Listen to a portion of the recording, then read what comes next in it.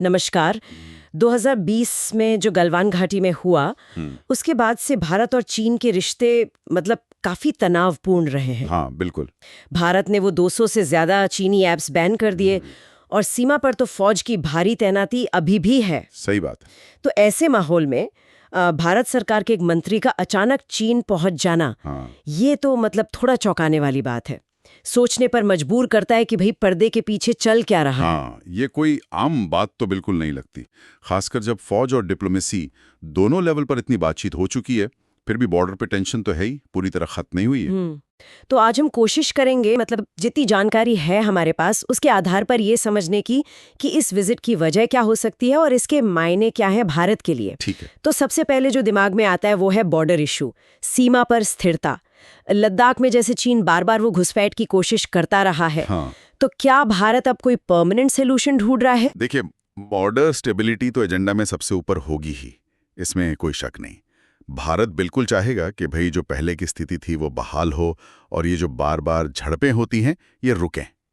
लेकिन चीन का जो पिछला रिकॉर्ड है उसे देखते हुए कोई स्थायी समाधान कितना टिकेगा, ये अपने आप में एक बड़ा सवाल है। पर हाँ, बातचीत इस पर जरूर होगी। अच्छा, सीमा के अलावा क्या कोई आर्थिक वजह भी हो सकती है?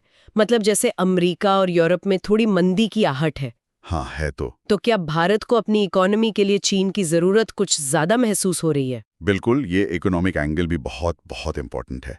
अब देखिए, वेस्टर्न कंट्रीज में अगर मंदी है, डिमांड कम है, तो भारत की अपनी इंडस्ट्री, खासकर जैसे इलेक्ट्रॉनिक्स है या मैन्युफैक्चरिंग सेक्टर है, वो चीन से आने वाले सस्ते पार्ट्स और मशीनरी पर मतलब काफी हद तक निर्भर है। जैसे वो सेमीकंडक्टर वाली मशीनें या मोबाइल के पुर्जे, वो सब। एग्जैक्टली। तो एक तो आर्थिक संतुलन बना रहे और सप्लाई चेन में दिक्कत ना है, ये भी एक बड़ा कारण हो सकता है इस विजिट का। और एक और चीज है, वो जो बड़ा रणनीतिक मुद्दा है चीन का, वो belt and road initiative, BRI। हाँ, BRI, जिसे भारत और अमेरिका वाला वो IMEC कॉरिडोर चैलेंज कर रहा है। बिल्कुल। IMEC यानी India middle east Europe economic corridor, ये BRI के सामने एक क्या कहते हैं मजबूत विकल्प की तरह दिख रहा है।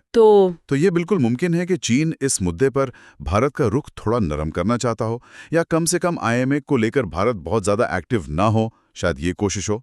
मतलब हो सकता है पिछले दरवाजे से कोई बात करना चाह रहा हो चीन। अच्छा, तो ये तो हो गई कि वजहें क्या हो सकती हैं, लेकिन भारत के लिए इसमें क्या अच्छा है क्या बुरा?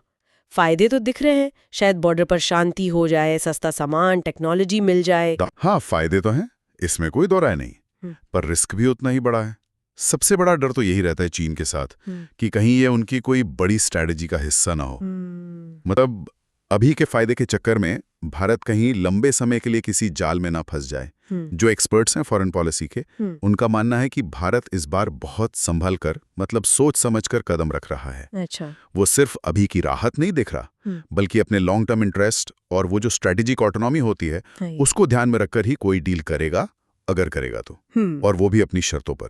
इस पूरे मामले में एक और बात बड़ी अजीब है, वो है गोपनीयता। कोई डिटेल प्रेस रिलीज नहीं, दौरे की कोई तस्वीरें नहीं आई। ये चुप्पी क्या बताती है? ये चुप्पी अपने आप में बहुत कुछ कहती है। इसका सीधा मतलब है कि बातचीत बहुत ही नाजुक, बहुत ही सेंसिटिव लेवल पर है। ऐसे मामलों में क्या होता है कि अगर कोई जानकारी बाहर आ जाए या उसका गलत मतलब निकाल लिया जाए, तो पूरी डिप्लोमेटिक कोशिश बेकार हो सकती है। अच्छा। तो शायद दोनों ही साइड किसी ठोस नतीजे पर पहुंचने से पहले कुछ भी पब्लिक नहीं करना चाहते। तो मतलब कुल मिलाकर देखें तो ये दौरा एक इशारा है कि भारत अब सिर्फ विरोध या बयान देने से आगे बढ़कर शायद ठंडे दिमाग से डिप्लोमेसी का इस्तेमाल करके अपने नेशनल इंटरेस्ट को साधना चाह रहा है। हाँ, डिप्लोमेसी का तो यही उसूल है ना, कि अपने राष्ट्रीय हितों के लिए आपको कभी-कभी अपने विरोधी से भी बात करनी पड़ती है, डील करनी पड़ती है। सही बात। लेकिन सबसे जरूरी बात ये होती है कि वो डील किन शर्तों पर हो रही है।